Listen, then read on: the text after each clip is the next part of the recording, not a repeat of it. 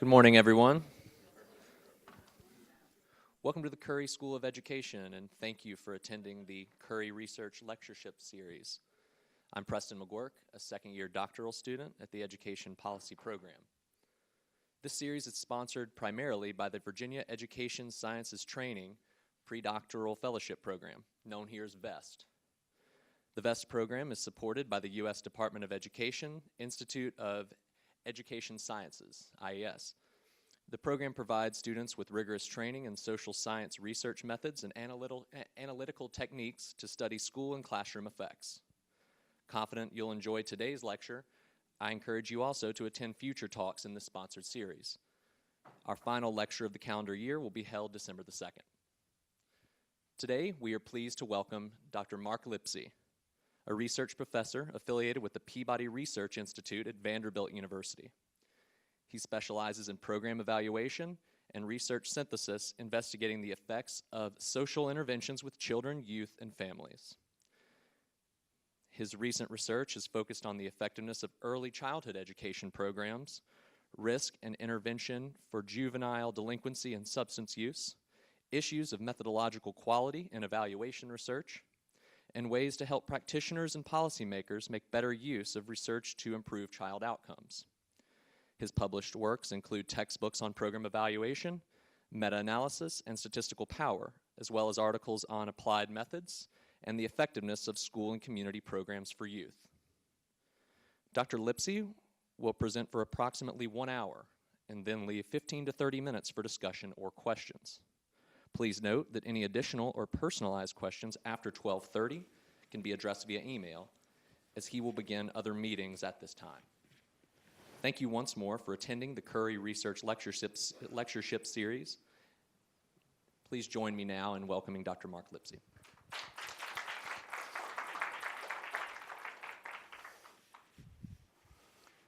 Thank you. I'm happy to be here. Some of you who may know the history of this talk know that I tried to come last year and got snowed out, as did you.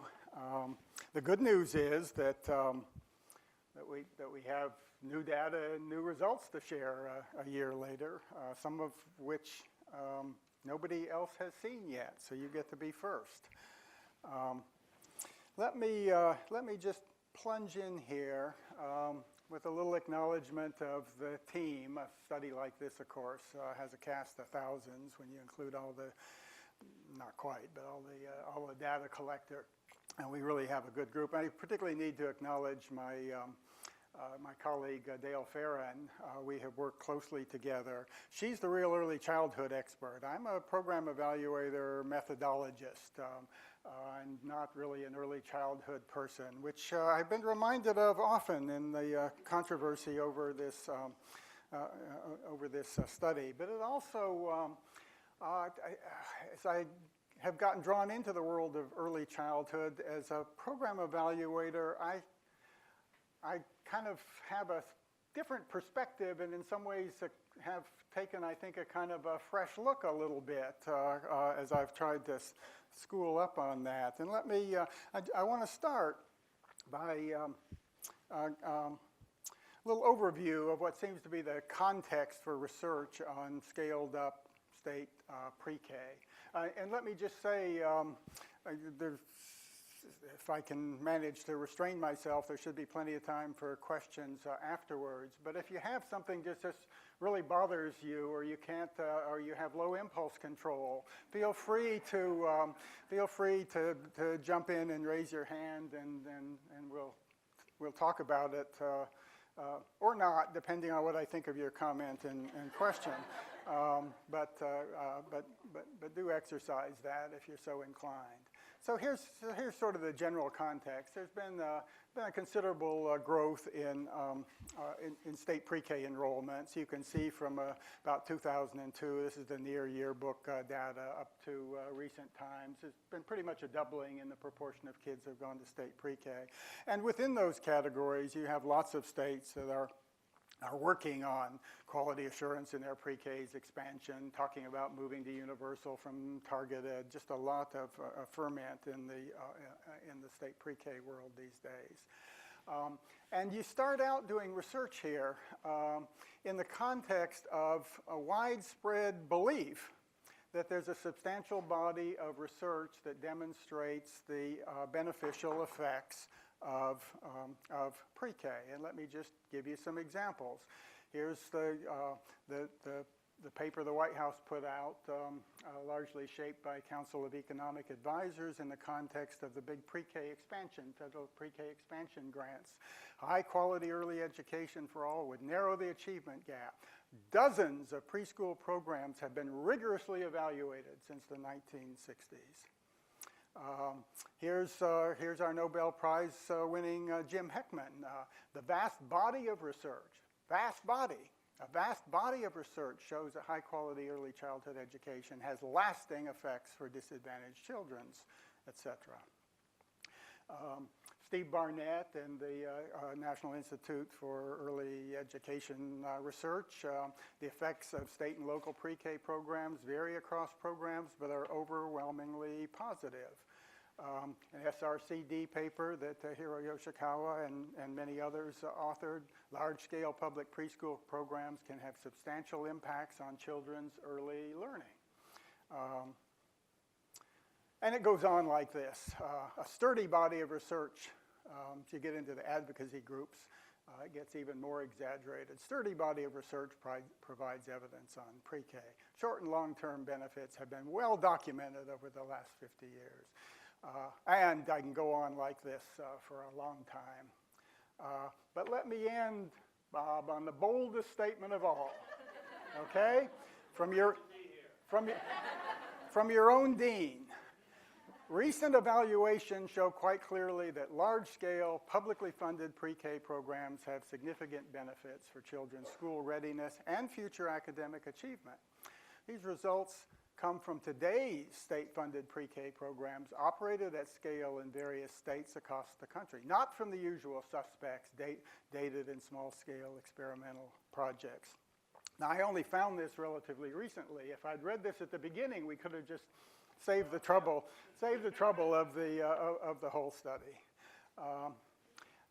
So that's a starting point. So we've got expansion of pre-K really very much on the table politically in all kinds of places, and even the federal government getting in on state pre-K. We've got essentially a strongly established opinion that we already have substantial research that shows not only school readiness effects but long-term effects.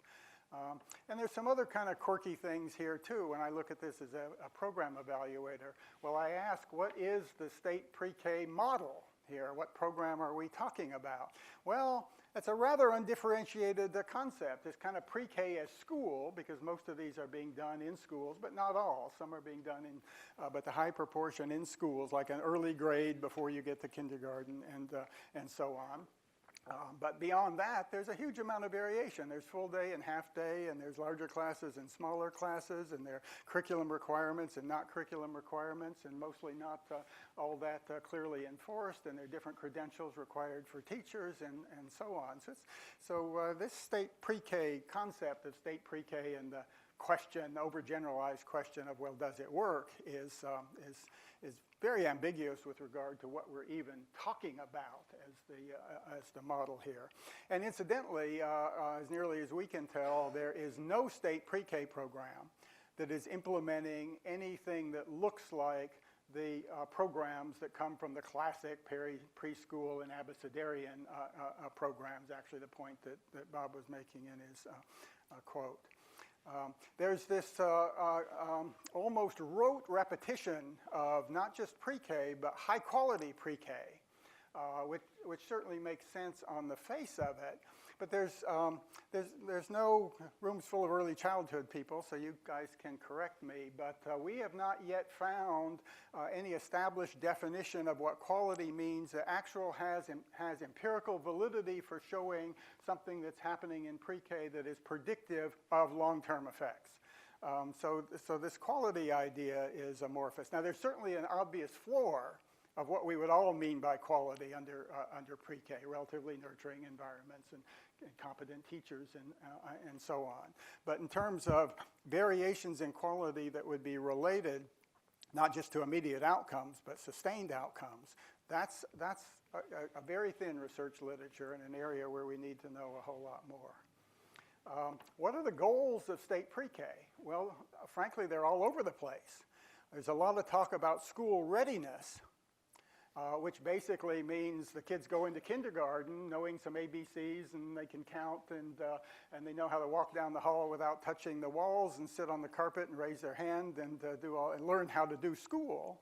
Okay, so if we were to stop at school readiness, that's pretty straightforward. But of course, there's these broader expectations that something comes after that that has effects on achievement, that it closes the achievement gaps, that it builds socio-emotional skills, that affects graduation. It's life-changing in terms of long-term outcomes, employment, criminal behavior, mental health symptoms, and so on. Boy, that's asking a lot of 1 year of exposure, 9 months for some 4-year-olds. And then and I don't mean to sound cynical here, as my colleague has started taking, Dale Farron has started opening all her talks on this project by saying, we really don't hate kids. We don't even hate pre-K. We just kind of have these results and they're troubling.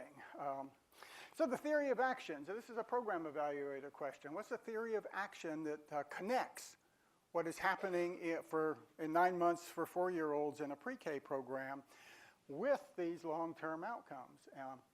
And I would argue that that's pretty underdeveloped. There's this kind of skill begets skill notion. There's the idea that there's some of these soft skills, self-regulation, grit, school engagement, that don't show up early on but kind of emerge in middle school and later and carry forward into behavioral outcomes.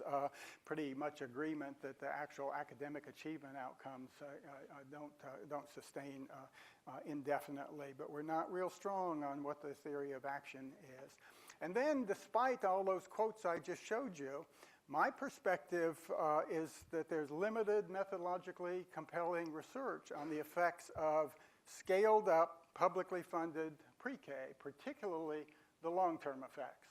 Now, I set aside when I say that a large number of very small research-oriented demonstration-type programs in which the Perry Preschool, the Abecedarian, the Chicago program, all of those would fall in that. These are not publicly funded, scaled-up programs. So let me just indulge me a moment and just let me show you my perspective on what the research base looks like for publicly funded, scaled-up, voluntary pre-K.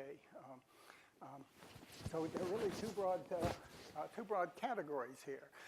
On the one side, you've got studies that are comparing children who applied. Remember, this is a voluntary program. That's really important for those of you that think about research issues. Voluntary program.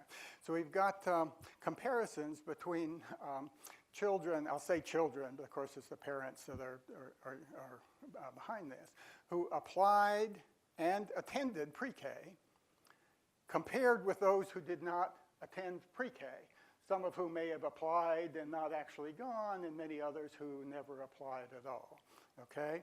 And those break down into 3 broad categories. You have secondary analysis of longitudinal studies, and there are a number of these. The best of them are the sibling comparisons. One sibling goes to pre-K, one sibling didn't go to pre-K, and we have some longitudinal outcomes.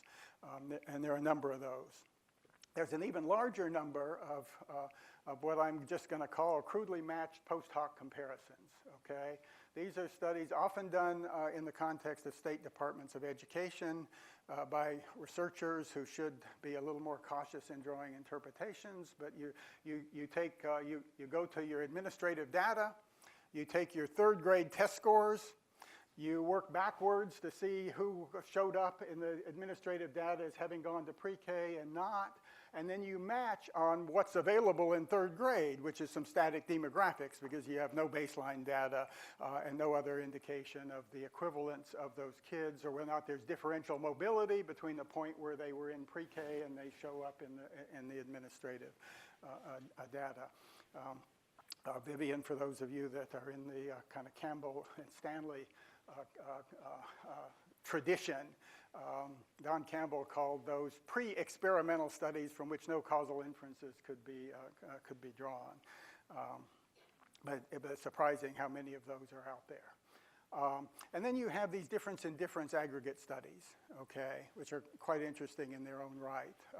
So this is where you look at the penetration of pre-K at different times and in different places, and you're looking at the aggregate results, so just like total test scores for the whole cohort, the whole population that previously would not have participated. And these studies show mixed effects, but many of them show small, you would expect, because it's the marginal effect of some kids going to pre-K in an aggregate that includes a lot of kids who didn't.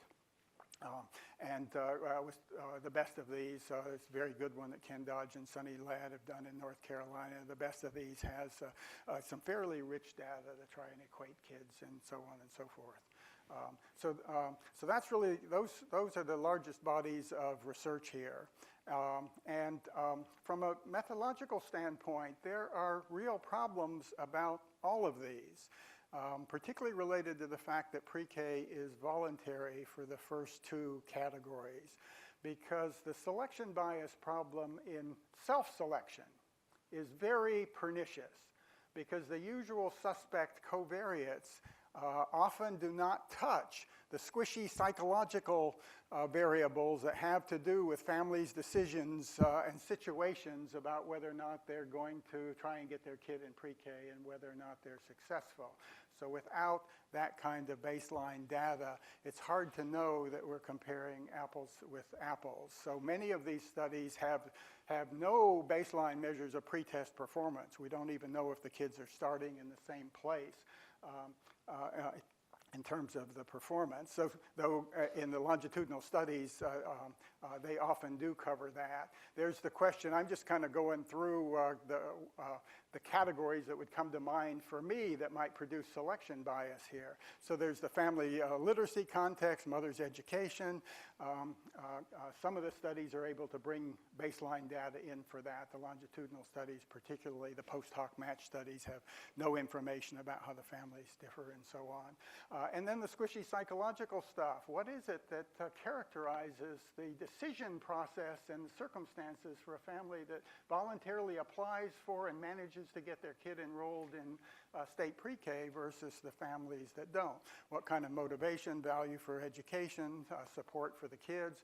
What kind of ability and capacity do they have? Are there any differences? Highly mobile families may say, if you're moving every 3 months to stay ahead of the eviction notices, you might say, I just can't handle, trying to apply for pre-K. Transportation issues, so on down the line.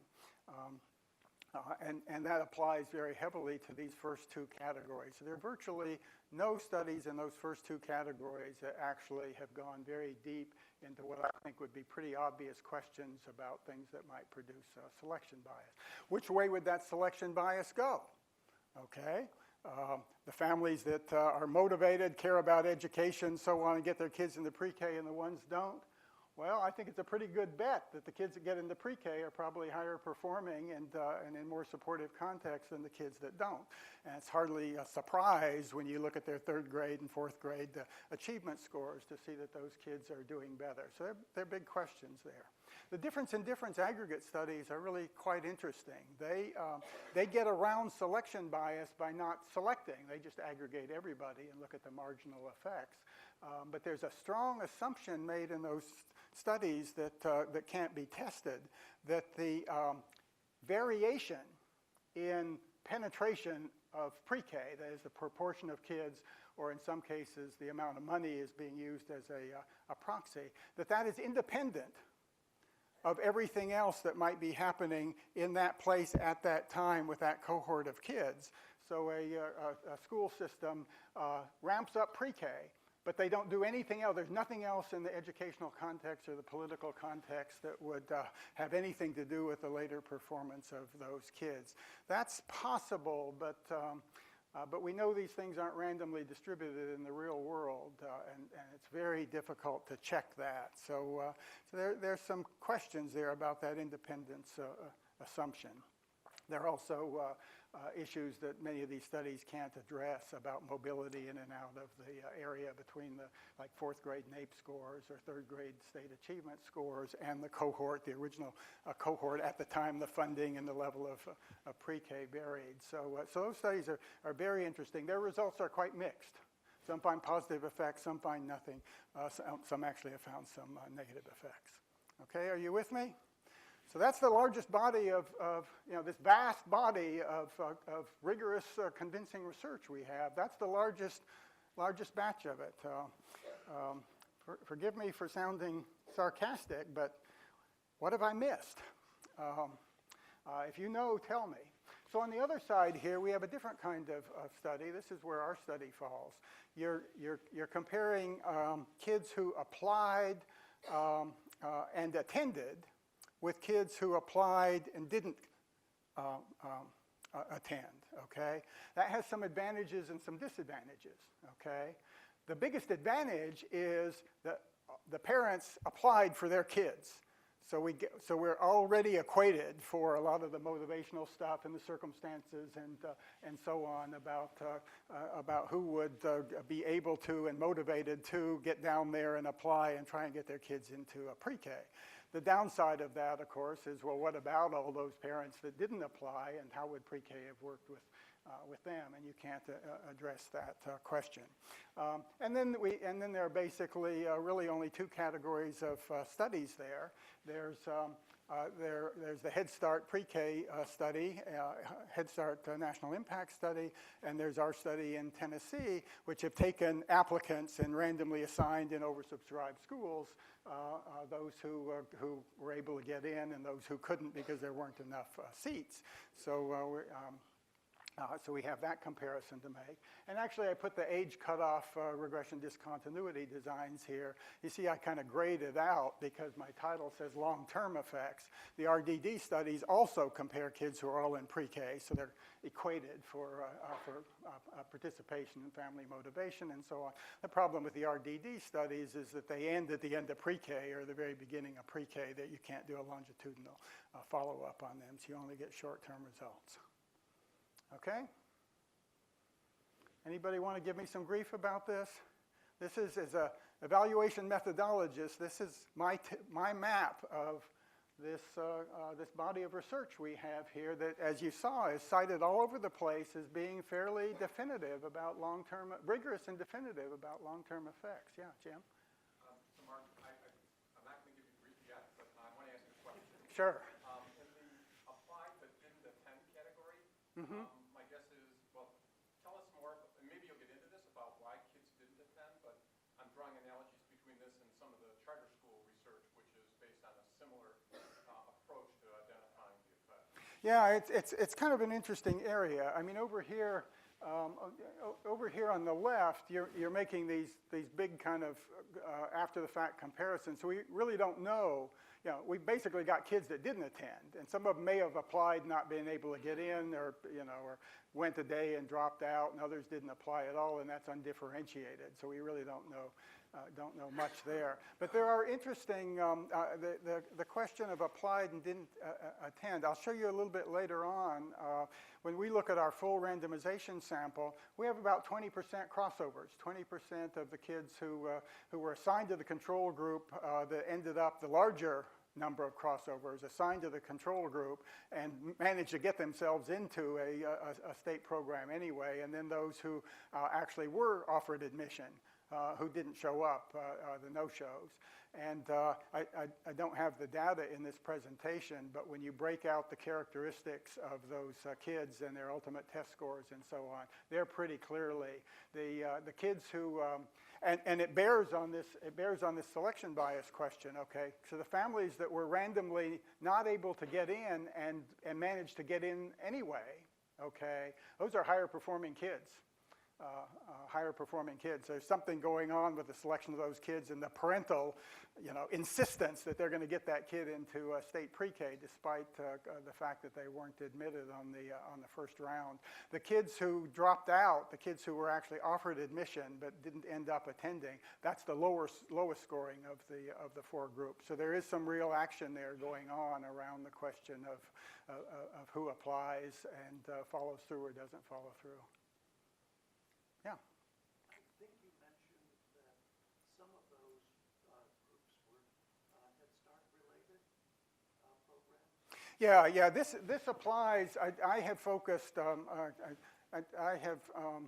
I've done at this point a pretty thorough, as you know, as Daphne knows, a pretty thorough compilation of everything that's been done on scaled up district and state pre-K. The Head Start research I haven't pulled together as thoroughly, but it basically falls in these same categories.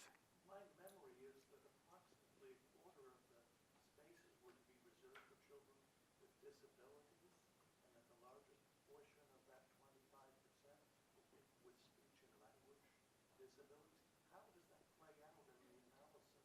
Well, I mean, the concept of these studies trying to estimate impact is that you would compare the population of kids who participated in Head Start, including all of that heterogeneity in those subgroups, with a comparable population who were not exposed to Head Start. And then if you wanted to look at some differential effects, you might pull out those subgroups, but still you're wanting to compare apples and apples, similar kids who experienced Head Start and those who didn't.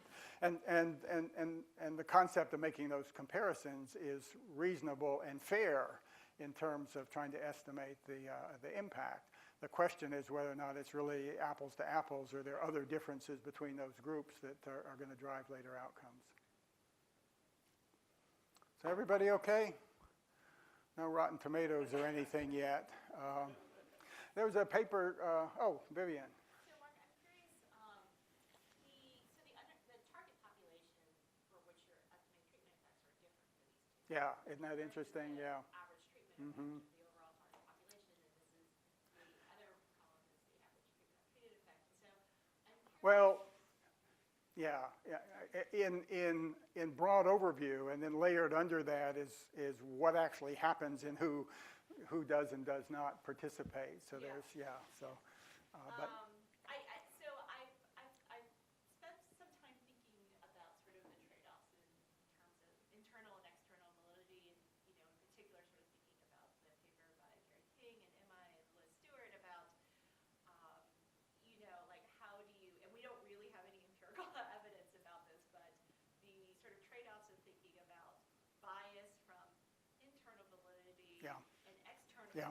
versus Yep. external validity Yep. bias Yep. versus the other way. And so Yep. I think that this might be a common question that is often posed when you present results from the two different types Yeah. of studies. Yeah.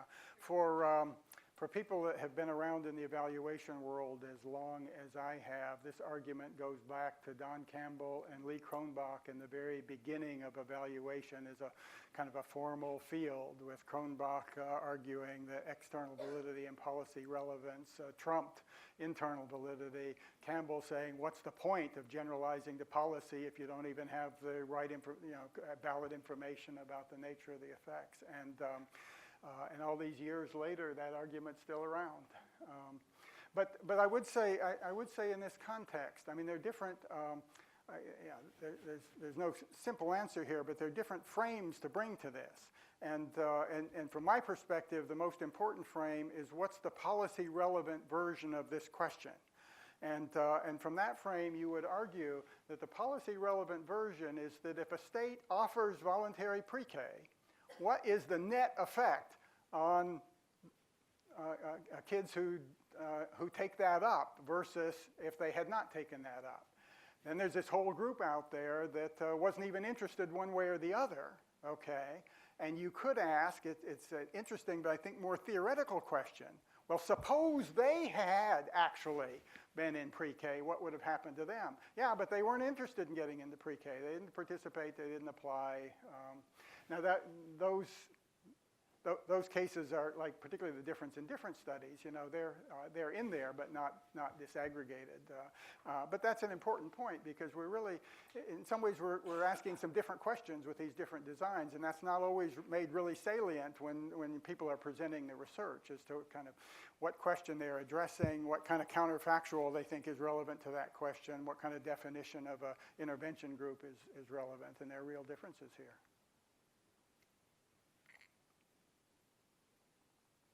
Okay? All right, so let me talk about the Tennessee study.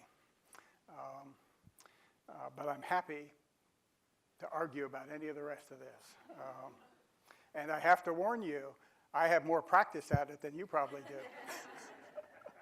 Okay, so here's what we have in Tennessee. The Tennessee VPK program is a pretty typical statewide program here.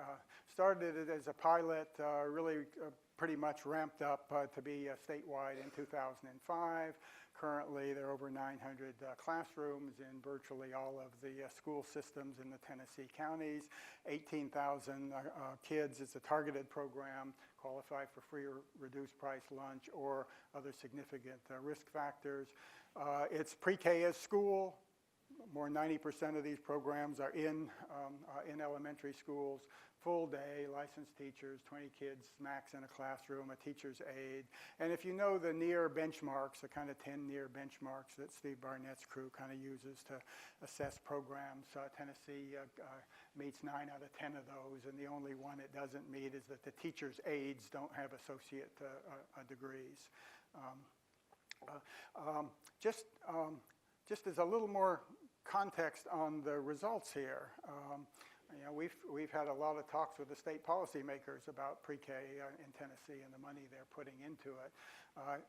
Keep in mind the 18,000 kids and the penetration to virtually every school system. So there is a platform here, you know, irrespective of what we're finding with the current implementation of pre-K. There's a really important platform here that's got a lot of disadvantaged kids in a context where, in principle, you might be able to do something to help them. Tennessee is one of those states. Looks like we're going to have a whole lot more. But anyway, one of those states where there's not a whole lot of inherent support for spending money on social programs and so on. There's a group of our legislators that would zero out pre-K in a minute if they thought they could get the votes and had a good rationale. So fundamental here is the question of is this platform just totally the wrong way to go, or are there better things you can do with this platform? And irrespective of what we may have found, let's not be in too big a hurry to dismantle a platform that could have much more potential than anybody is achieving. So I just want to say that up front. So we're not talking to our legislators about, hey, it doesn't look like this pre-K thing is doing what you expect, and encouraging them to think that means that they should just ditch pre-K. We're encouraging them to think more carefully about how to make this investment pay off before they scrap a huge, important platform. Pat, did you have a? Two questions about this set of qualifications here. Mm-hmm. How much penetration is that? 18,000 kids out of 10? Really, so far as I know, no state has huge levels of penetration for their target populations. The universal and the targeted are different. In Tennessee, it's in the neighborhood of 30%. So there are a lot of qualifying kids out there who are not getting in, and they fall into two categories. They fall into there are kids whose families apply, and there aren't enough seats, and that's how we built our study, is randomly assigning the offers of admission. And then there are kids, particularly in the rural areas, where there's limited outreach and other problems, and they never even really take a shot at getting in, even though they would be eligible. Yeah, and I guess that's where this internal-external validity question comes up again. To what extent are these voluntary kind of populations that we're talking about here versus is really represented in some way who would go to preschools? Yeah. But when we're talking about generalizing, we have to ask, well, what population are we generalizing to? I mean, from a policy standpoint, if you're going to offer voluntary pre-K, you're generalizing to the population that would be interested in participating in voluntary pre-K. You know, if you want to think about the effects on all the low-income 4-year-olds, then you mandate pre-K, like we mandate kindergarten and first grade and second grade, and say they all have to go. And you could talk about generalizing to that population, but there's no policy framework within which that's a relevant population. When we get this later, I assume there's some funding mechanism that made this attractive, and that, depending on the nature, that's an assumption, but there may be some covariates, so to speak, that go to generalizability of this as to why in those, you have penetration, it looks like across the counties, but where it might go. Yeah. You could certainly, with more information than we have, particularly given the number of rural areas in Tennessee, you could certainly extend out to kids who are substantially similar. Again, we got this problem of what that means in terms of the family circumstances and motivation and so on. But kids who are substantially similar, they're completely left out for reasons of access, transportation, and so on. And if we had a good idea of the dimensions of generalizability to those that are comparable, there's a large number of kids that would be in that category for sure.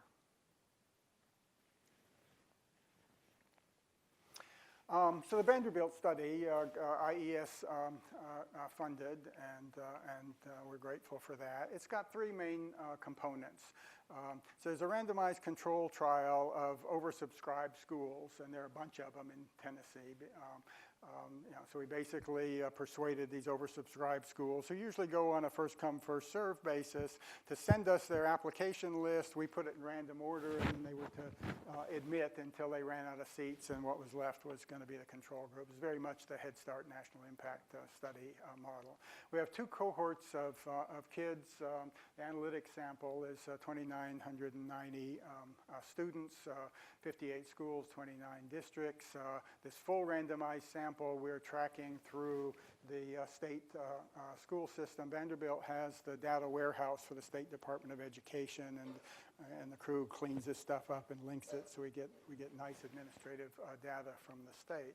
The shortcoming of this part, though, is that the reliance on the state administrative data doesn't give you much in the way of outcomes until the kids get to 3rd grade, when you get the state achievement scores.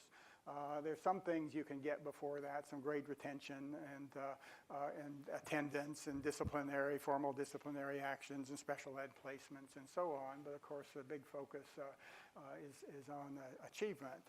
So we have filled in that earlier period with this intensive sub-study of consented children. And there, in the analytic sample, as 1,076 of those, these are parents who consented to let us essentially collect data from their kids. So these are individualized assessments. They're done with the kids before and at the beginning and end of the pre-K year, and each year thereafter through the 3rd grade. And this sample has the 47 schools and 21 districts, followed by the research team. The plus side of that sample is that we've got lots more data, particularly in this early period before the state administrative data gives us achievement. The downside is you have to consent the families. Remember, these are disadvantaged, highly mobile families, and the consent business drove us nuts. We also have an age cutoff regression discontinuity design here with an actual probability sample of statewide of all of the classrooms. With one exception, however, I'm not even going to talk about that yet, but it's my favorite part of the design.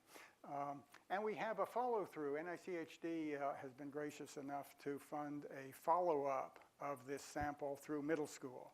And I won't talk much about this, but remember I talked about the underdeveloped theory of action here for how you might get kind of sleeper effects and long-term effects. So this follow-up study, of course, is continuing to track the academic performance of these kids, but we brought in a raft of mediating measures. You know, is there something going on here that's going to start unfolding in middle school that might have long-term effects on graduation, post-graduation, and so on? So we're looking at school engagement and self-regulation, executive function kinds of things, and just pretty much everything we could pull out of the literature and think of that might that pre-K might have affected, that in turn might affect longer-term outcomes. And we've got these kids of the two cohorts. I think one is all the way through 4th grade, and the other is all the way through 5th grade. So we have a ways to go, but that's underway. I'll talk about the basic pre-K outcomes, though, for the randomized studies and the consented subset.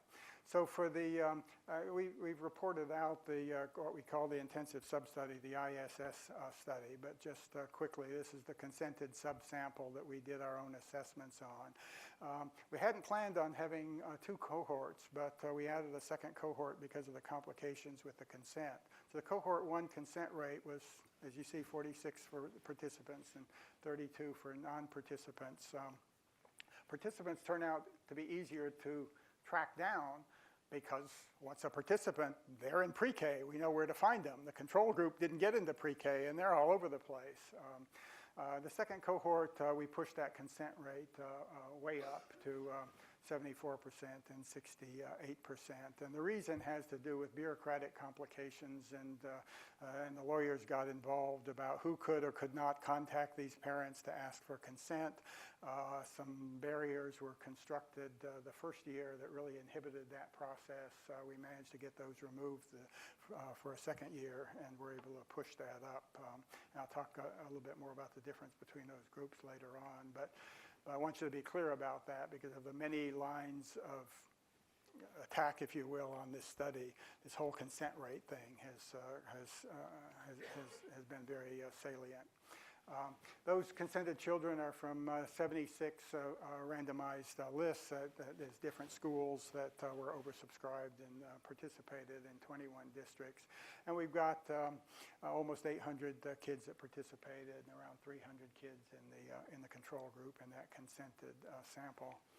And that didn't quite fit, but what's the counterfactual group for this subsample? 70% of the kids that didn't get into pre-K here basically did not go on into any center-based care. They stayed at home, were looked after by relatives, and so on.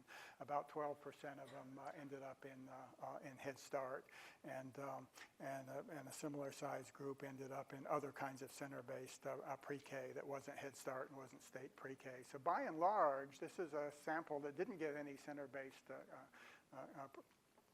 preschool on the control side. The basic demographics here are pretty much what we would expect in Tennessee. They're all free and reduced price lunch. That was an eligibility standard for the programs. The racial breakdown is pretty representative. Notice that last line, though, with the non-English, 21%. That's a percent that's growing in Tennessee of non-native English-speaking kids coming in.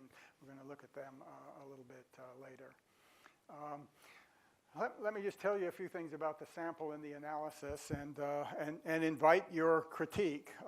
I wouldn't ordinarily do this, but boy, have we gotten grief for just about everything on this. So we have looked at, we've compared what we can compare between the intensive sub-study sample and the full randomized sample. Now that's limited, of course, because the full randomized sample comes from state database, and we just basically get some demographics and things, but they're substantially similar. Now the full randomized sample is not really a probability sample of Tennessee schools. It's a sample of oversubscribed schools. So I'm not sure where how far you generalize that, but the sub-study doesn't seem to be that different. The advantage of the sub-study is we got a lot of baseline data. We have full pre-tests on all of the outcome measures, all the Woodcock-Johnson achievement outcome measures, full pre-tests on these kids. We've got all the basic demographic stuff, and we tracked down a very high proportion of the parents and did telephone interviews and got a long list of information about mother's education, employment, family structure, background, and so on. 22 variables that we're able to, baseline variables of that sort that we're able to bring into the analysis. We compared the two cohorts because of these differential consent rates on all of these baseline measures, and there were only two significant differences. No, only one when we compared the cohorts, which was number of working parents, which was 1.1 in one sample in the first cohort and 1.3 in the second cohort. So whatever was going on in the consent rating process, it didn't seem to, the smaller consent cohort and the larger consent cohort didn't seem to be coming out all that different in terms of their basic characteristics. Most importantly, of course, the treatment and the control groups. Now, we approached the analysis of the subsample as a quasi-experiment, okay? It's a subset of a randomized study, so there's a randomized component in there. A number of these kids are in the group they're in because of the randomization, but because of the overlay of the differential consent and the proportions, it's only about a third of the total sample. We approached that as if these were non-randomized comparisons, and we had to worry about baseline differences and controls. So we analyzed it as a quasi-experiment. We looked at treatment on the treatment effects, that is kids who participated and kids who didn't, irrespective of how they were assigned. And use the covariates in propensity scores and other kinds of statistical controls. The retention rate following these kids past the end of pre-K was over 90%. So kudos to our crew. They just followed these kids to the end of the earth, getting the second grade and third grade assessments. Something fell off. Oh, missing. What you can't see under there, we have some distortions here on the slide. Missing data on the outcome measures was a little less than 10% on the academic achievement, Woodcock-Johnson type measures I'll show you in a moment, and less than 15% on the teacher ratings of the kids, and we used multiple imputation to fill those in so we could analyze the whole sample. Okay? Everybody okay so far? I probably ought to hurry. So what happened at the end of pre-K for the ISS sample where we have all this early data? We've got Woodcock-Johnson scales in three categories, literacy, language, and math. And we made an overall composite. These things are highly correlated, so we made an overall composite of these, and I'll just show you the composite results, but we have tech reports up on our website that tell you more than you'd ever want to know about all the breakdowns. And here's the basic end, on the composite, here's the basic end of pre-K effect. So not much pre-test to post-test change for the kids that weren't in pre-K, and about a third of a standard deviation for the kids that were in pre-K on the overall composite. I'll show you in a moment how that breaks down through the different areas. Here's a chart some of you are probably familiar with this that Greg Duncan and Karen Magnuson put together, kind of plotting out all of the end of pre-K effects over the years. And here's basically where the average end of pre-K effect for Tennessee falls in that scheme. So it's not obvious on the face of it that Tennessee is just a real outlier in terms of the kind of end of pre-K effect sizes that we're seeing in the literature generally. You can see the earlier studies. You can see what outliers these classic small studies are. But in terms of more contemporary and larger scale studies, there's really some, if anything, the Tennessee results are a little bit on the high side there. Here's how that breaks down. The effect sizes break down in the different areas. The first line is what I just showed you. The biggest effects were in the literacy measures and letter word identification, spelling. Spelling is really whether or not a kid can, more like orthography at this age, whether a kid can make something that looks like a letter when they're writing. The language measures, oral comprehension, picture vocabulary, were the smallest effects. And that's interesting if you think about what you might want pre-K to do and what it's actually doing.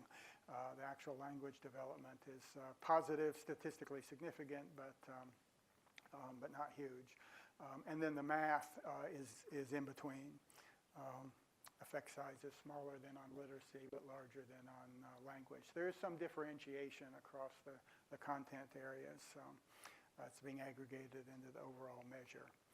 Our teacher ratings, we went to the very beginning of kindergarten to have teachers do the ratings. Obviously, teachers can't rate the pre-K teachers can't rate the kids who weren't in pre-K, the control group, but the kindergarten teachers have all of them, and we did that early in the year before they waited long enough for them to get to know the kids a little bit, but not so long that we would expect kindergarten to have big effects.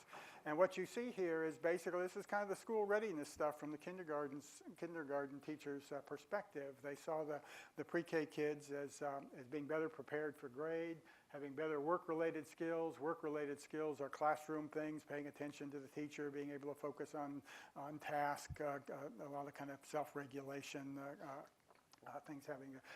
For those of you who know this literature, this is the Cooper-Ferrin work-related behaviors scale that Dale Ferrin and developed. Significant differences on social skills favoring the pre-K group. And then on peer relations, behavioral problems, and feelings about school, they were seen as basically equivalent, which we actually think is kind of a good thing because it shows the teachers were discriminating a little bit across these dimensions. They weren't just giving the pre-K kids higher ratings on everything because they'd been in pre-K. In fact, as nearly as we can tell from our interviews and things, we're not sure the kindergarten teachers even know who's been in state pre-K before. They don't seem all that keyed into it, which will come up again when we think about continuity between the grades. So the sustainability issues. Now, up to this point, we were heroes in the world of early childhood education. But as we followed this intensive sub-study sample along, things literally went downhill. So here are the standard scores, okay? So these are the norm reference scores that kind of take age development into account. Just for the overall composite, they're different but basically similar patterns for the subgroups. So here's the end of pre-K effect I just showed you on the composite, okay? And if you look at the rest of that, you can see what's happening. By end of kindergarten, there are no differences between the groups. And if you look at the slope on those curves, there's a little flattening out for the pre-K kids, but basically the kids who weren't in pre-K just catch up. They just catch up. Whatever it was that was learned in pre-K, it must not be that hard to learn because the kindergarten and a year of kindergarten and the kindergarten kids have caught up. Flattens out after that, and then of course, now these are disadvantaged kids. Blessedly, at the end of kindergarten, they got up into the range of the national norms, and then it flattened out. And two things happened. They started actually turning down in the later grades, dipping under the national norms. And then you see the crossover we found that has caused all the controversy. The pre-K kids are actually doing a little bit worse. It's somewhat modest compared to the magnitude of the end of the pre-K effect, but statistically significant for the overall composite and for some of the subscales, particularly the math ones. If you look at that, those are the norm scores. For those of you that are into this, these are the Woodcock-Johnson W scores. I just put this out as a reminder that these kids are performing better each year. It's not, it's not that they're going stagnant. They're just changing relative to the national norms. And here again, you see I put the effect sizes on here, and the red ones are the magnitude of the negative effects there, which are statistically significant at the end of second and third grade on the overall Woodcock-Johnson composite.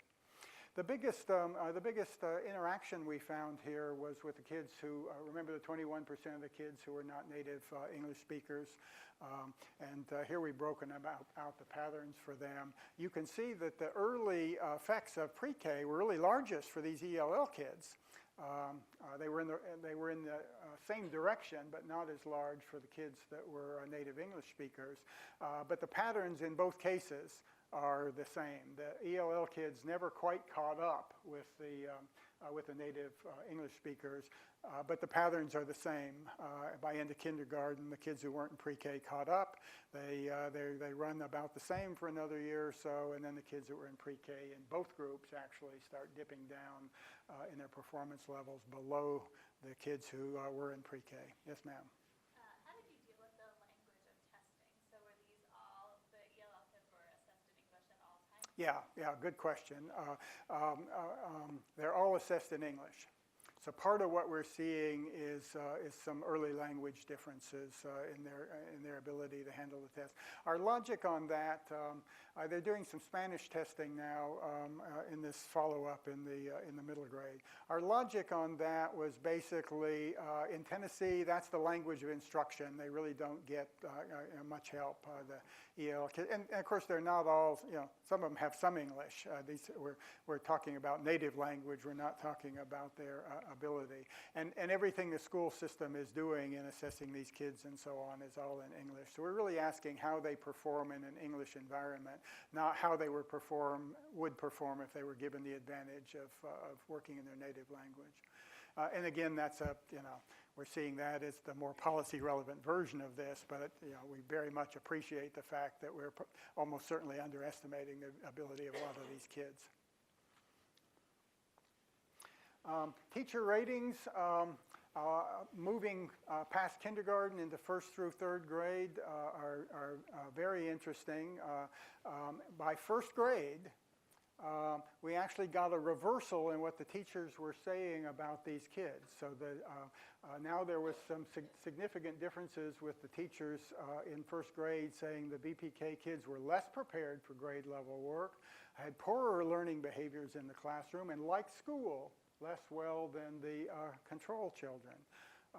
What's interesting, if you think back on those charts I just showed you, is that these ratings by the teachers are coming in the year before the pre-K kids start dipping down below the non-pre-K kids. So one of our obvious active hypotheses that we can't confirm or disconfirm at this point is that there's something like redundancy in the teaching or something going on so that by the time these kids are getting to first grade, they're beginning to tune out. And there is some other evidence, as many of you know, in the early childhood literature.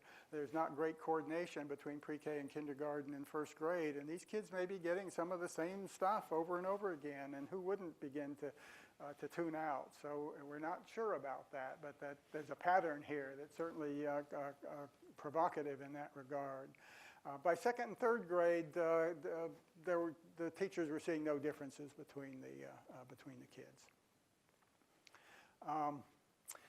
For this, as our state data came in by when the kids got to third grade, we're able to take this subsample and actually look at their TCAP scores. And some missing data. So what we've shown you here is the results with and without the multiple imputations. And you can see basically that by third grade for this sample that the pattern of the state achievement data is pretty much the same thing we were seeing in our own measures. Negative effects, that is, the kids who went to pre-K are actually scoring a little less. It's only significant here in the science domain, but the effect sizes are in that direction across the board. So the TCAP scores are pretty much telling us in the patterning the same thing we were seeing with the slightly reduced performance of the kids who actually had the presumed advantages of pre-K.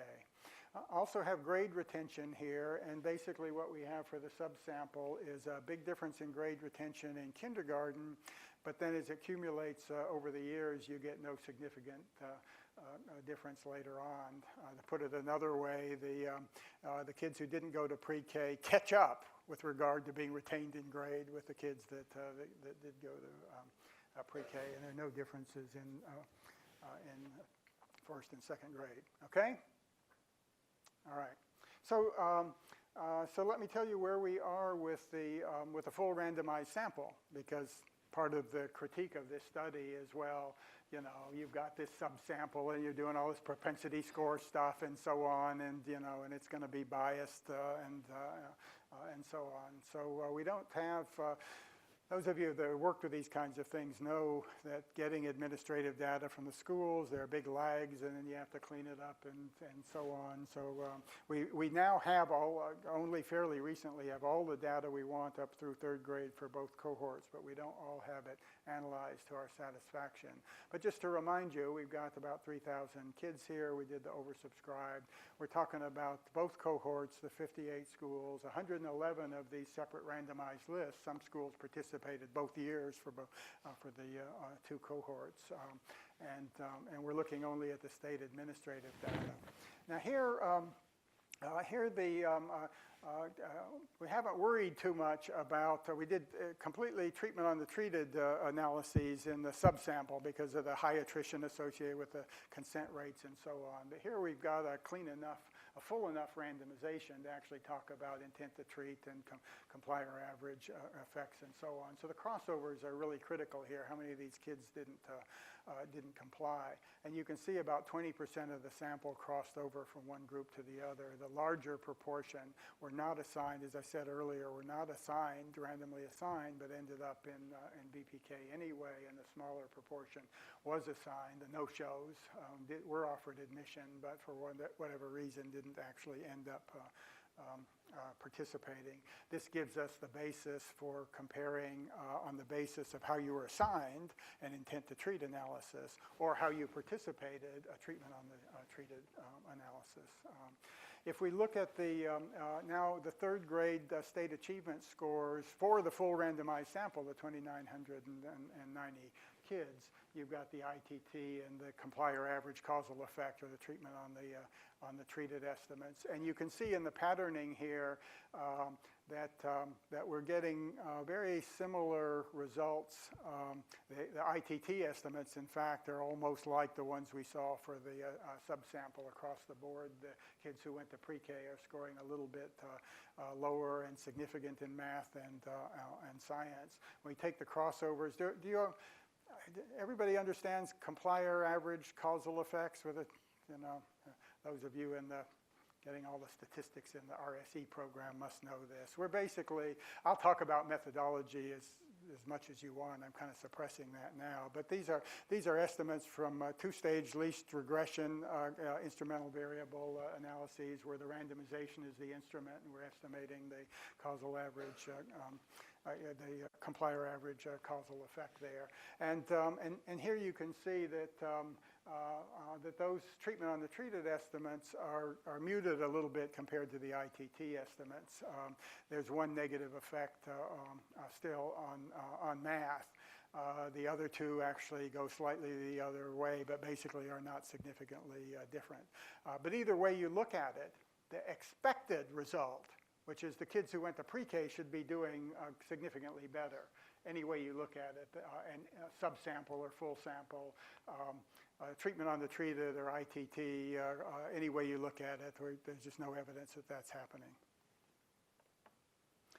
Grade retention actually is less sharply differentiated in the full sample, and we actually do see, if anything, none of this is statistically significant. We see a little more in the ITT results, a little more retention actually in the kids who went to pre-K, except for kindergarten.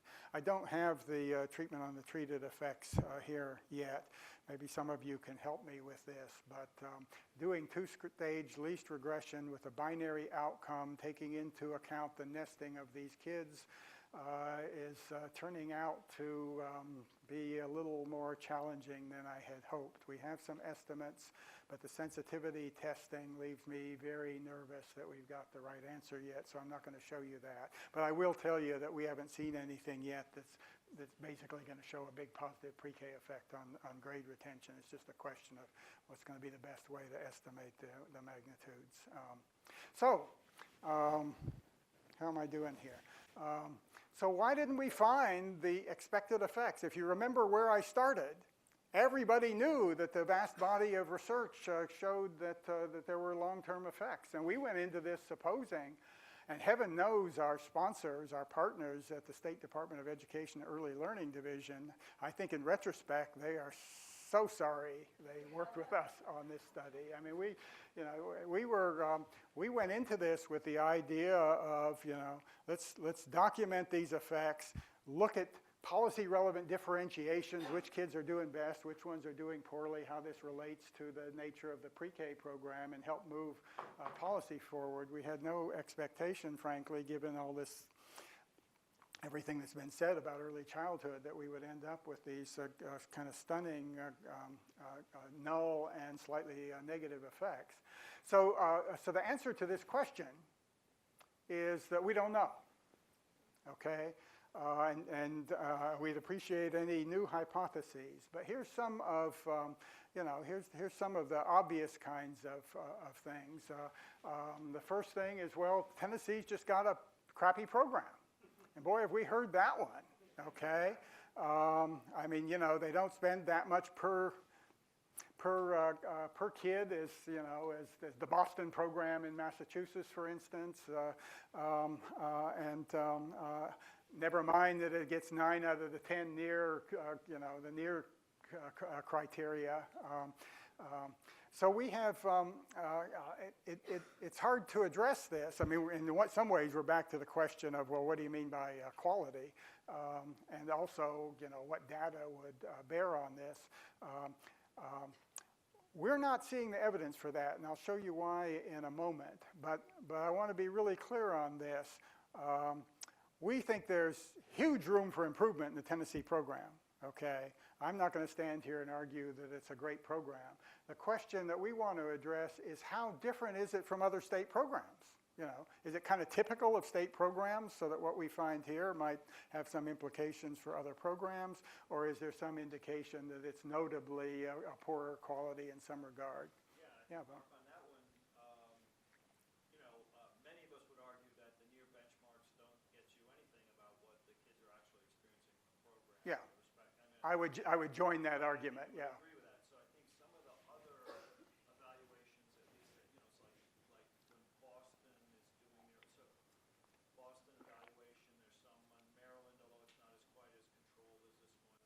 And there's a little more purchase on the fact that the program itself reflects a little bit more varied indicators of that, but a little bit more educational and developmental intensity than might have been the case in Tennessee, but to your point, you don't know. And I have no doubt whatsoever that there's variation across the states. And I have no reason to believe that within that variation, Tennessee would be way out on the high end, okay? And I'll show you in a moment why we don't believe that Tennessee is an outlier on the other end, though. Yeah. Taking it to the year of kindergarten, my mom is a kindergarten teacher, and we quite frequently talk about her class and scaffolding up to the highest student rather than the lowest. Mm-hmm. And she is not allowed to teach higher lessons, even if she thinks that her students are ready for those higher lessons, if it's not on track with where the curriculum sits in the school. And there was an earlier lecture this semester, I forget who was here talking about it, but they were looking at that effect on students. And when you don't scaffold up to the highest student, then the learning effects are smaller. So I would be interested in, I guess, the interaction effect of these preschool and children that attended preschool and children that did not attend preschool when they're attending the same kindergarten classroom and they're under that same kind of curriculum pressure Yeah, from teachers. yeah. Hold that thought, because that whole set of issues is hypothesis number 2, and something we really need to know more about. And that's only one, I think, of several dynamics that might be going on as these kids hit kindergarten and respond in different ways depending on whether or not they've had a pre-K experience. That's a particularly interesting one. I hadn't actually heard about a case of teachers specifically being required to kind of limit what they do for the kids that are progressing faster. But let me just give you the little bits. Oh, I'm sorry. Go ahead. Just really quickly, I imagine it's very underpowered, but given that your randomization is at the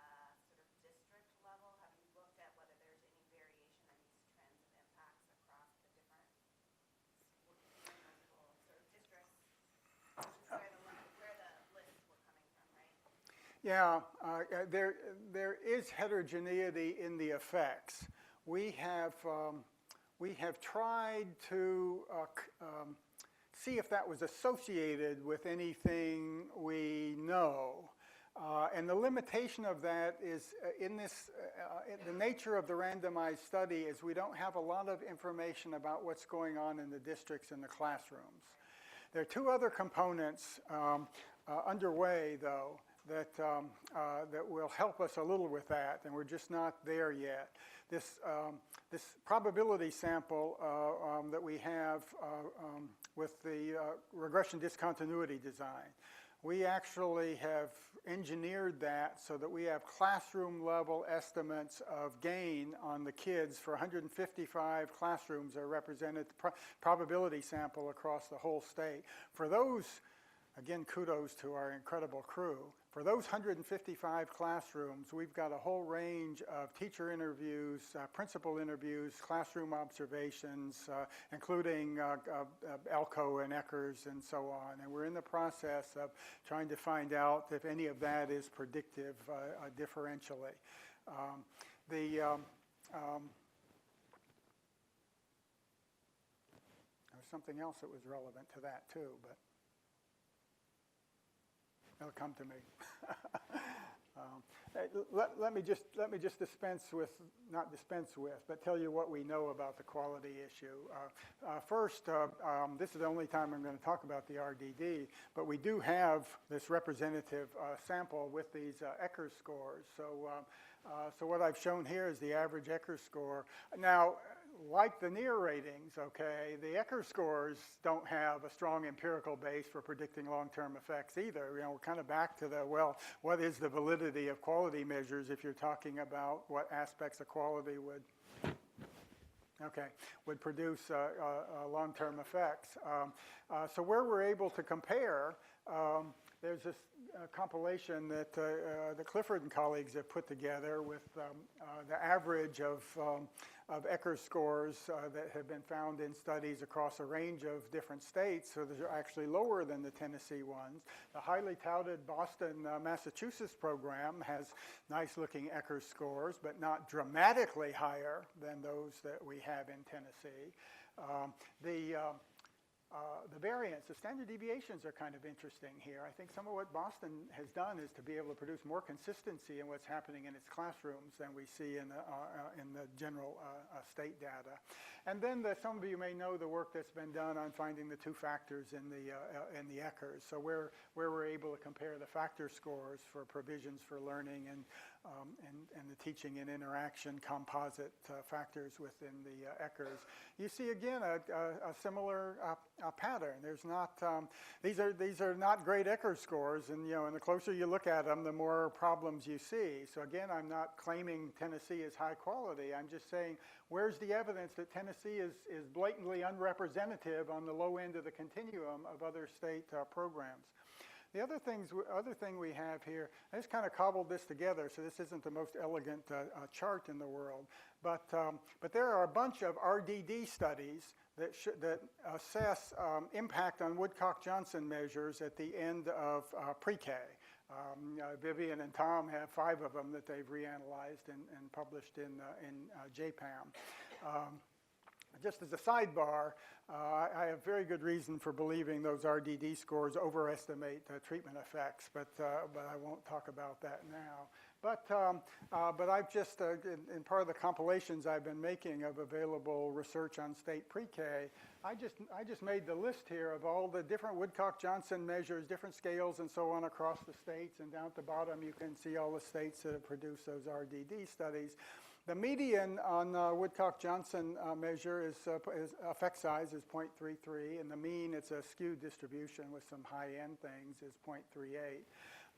What I've shown beside that, so where I'm going with this is, well, one index of, quote, quality is how do these kids come out of PreK? What's the effect size compared to the counterfactual? How well do they come out of PreK? How big are the effects of PreK relative to other programs? So we don't have all of our RDD results sorted out, so I can list out all 155 classrooms for you. But an analysis we've just finished, we have overlap. We have overlap in school districts that participated in the randomized control trial, and were also sampled in the RDD probability sample. So the Woodcock-Johnson scores for those are in this short list here with a mean effect size of 0.72. And we also have, we rolled across 4 different regions of Tennessee, and we've done a regional analysis so far, and I couldn't find the, I don't think we've yet produced the breakdown for all the subscales. So this last one here is the composite, the Woodcock-Johnson composite, and the effect sizes. And as I say, I believe all of these are overestimates for reasons I don't need to talk about right now. But I don't see anything in this end of pre-K effects on Woodcock-Johnson achievement measures that tells me that Tennessee is radically underperforming what the other states are able to get out of their pre-K. This doesn't touch on soft cognitive skills and other kinds of things that might be importantly affected by these different models, but certainly on the critical academic achievement measures that the schools are very interested in. I'm just not seeing the argument. So if Tennessee has poorer quality in a way that differentiates it from other states and accounts for the long-term effects we found, I need to know what those measures are and how we figure out that that's, despite this evidence, that that's actually the fact. So just to kind of finish up then, this very issue that just came up a moment ago, the whole thing with the K through 3 grades and what's going on there. Are the kids getting redundancy? Are the teachers who have a mixed classroom teaching to the low end? Which would be the kids that didn't have pre-K who are coming into that and not the high end. Are these kids going to particularly, oh, and I just remembered the other part. Are these kids going to particularly poor schools? And well, yes, they are. These are disadvantaged kids, and they don't go to the, they don't naturally go to the best schools. And I don't know about Virginia, but what we're learning in Tennessee is there's not a whole lot of coordination between pre-K, first, second, third grade. It's not even clear the teachers talk to each other. There are no learning trajectories that they're all kind of working on their part. So it's quite plausible that these kids are getting a lot of redundancy and not much continuity in what they're learning.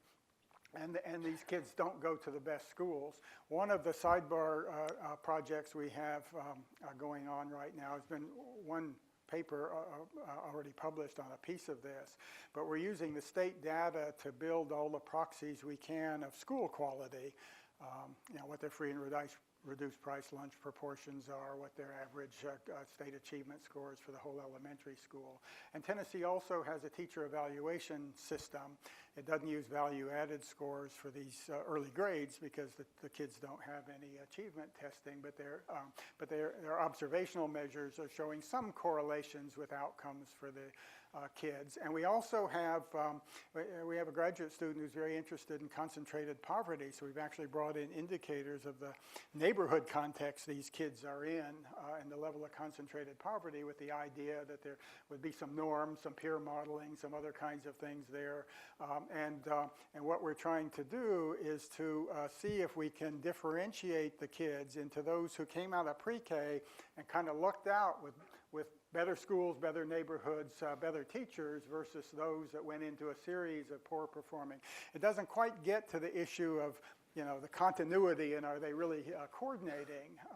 But the early look at that suggests that, of course, the first thing is exactly what you would expect. The proportion of kids that go on the trajectory through the better schools and the better teachers is soberingly small.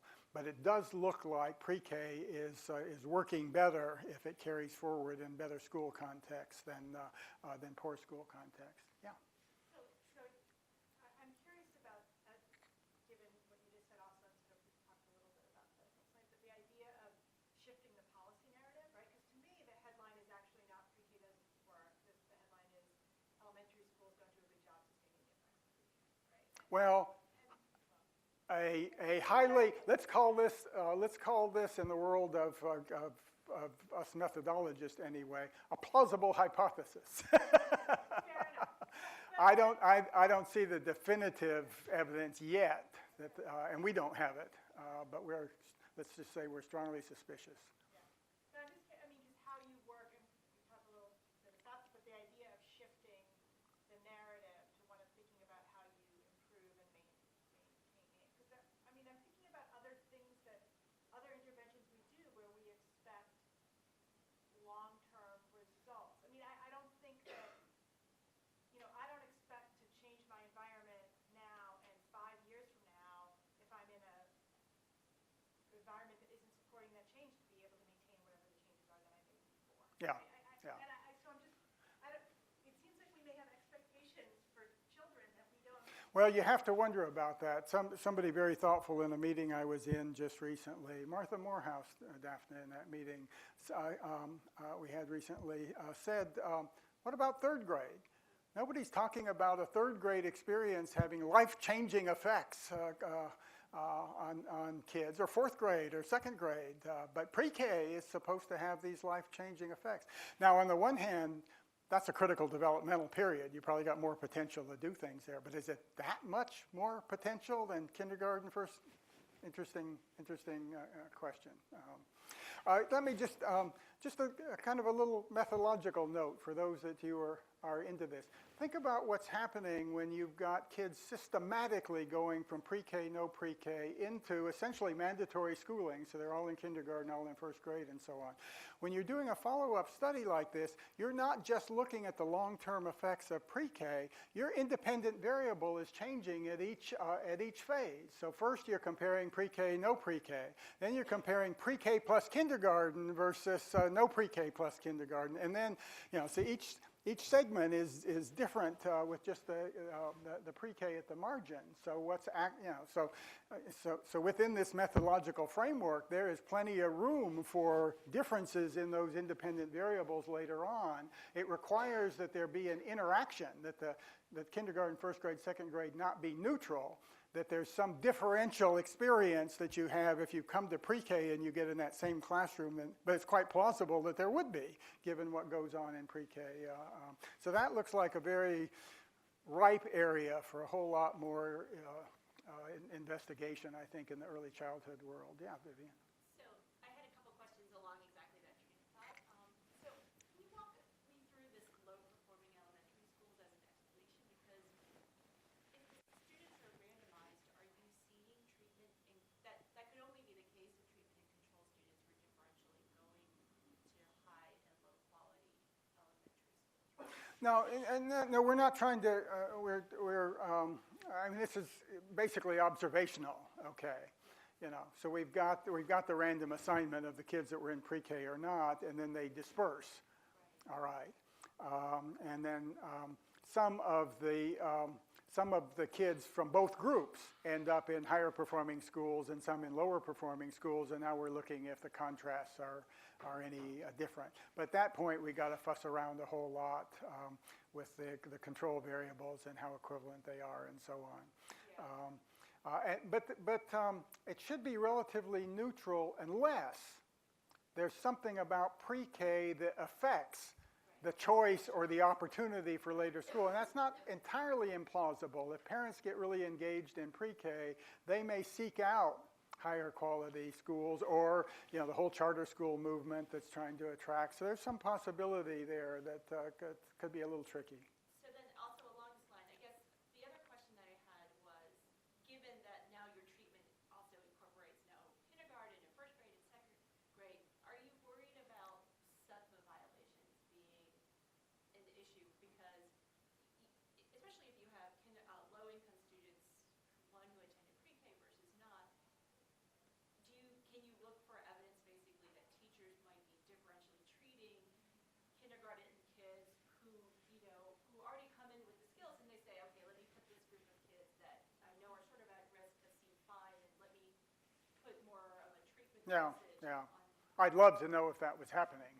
That would be part of the picture. As far as the SEPA violations, that's the least of my worries, to be perfectly honest. I mean, we just need more descriptive evidence about what might be going on here, I think. But yeah, trying to actually, in a relatively rigorous way, sort all those trajectories and experiences and the interactions and the contingencies out, I think would be pretty challenging for a statistical model. And so you don't have any information about sort of classroom composition of students? We don't.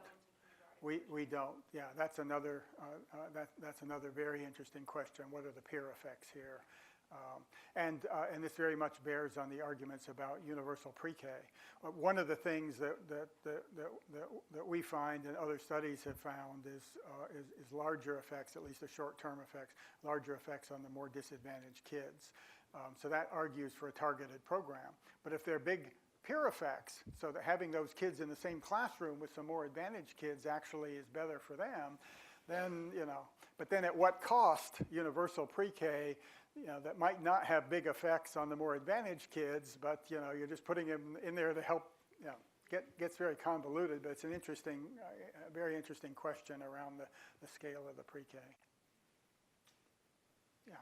Mark, I was interested in the randomization again. Mm-hmm. So not the crossover, so I get that there was some crossover, but the actual randomization. Mm-hmm. Because you, at least if I saw it correctly, and I could, maybe that's correct, but who did that? Where did that take place? It took place at the classroom level, at the school level. It's school level. It's, Sorted out, yeah, yeah. It's school level, but most of the schools only have one classroom. Some have two classrooms, which is partly why we can't connect classroom characteristics all that readily. In terms of who did it, the answer is me. The procedure we worked out with them is that by a certain date, they pull all their applicants together. They're in a big hurry to let people know. They mail that list to me. I put it in randomized order by kid name, so we know whether or not they, kind of followed, and send it back to them within 24 hours. There were a few midnight hours getting those randomizations done and sent back. So we controlled the randomization. Now they didn't always follow faithfully. Right. So let's say you've got 20 slots in a classroom, and you have 60 applicants in that classroom. So We didn't have anything that extreme, but hypothetically, yeah. So you just worked up your way down the list. What we asked them to do was to make offers of admission until they filled their seats, and then stop. Now, the complication for many of you who work in the real world, what's an offer of admission?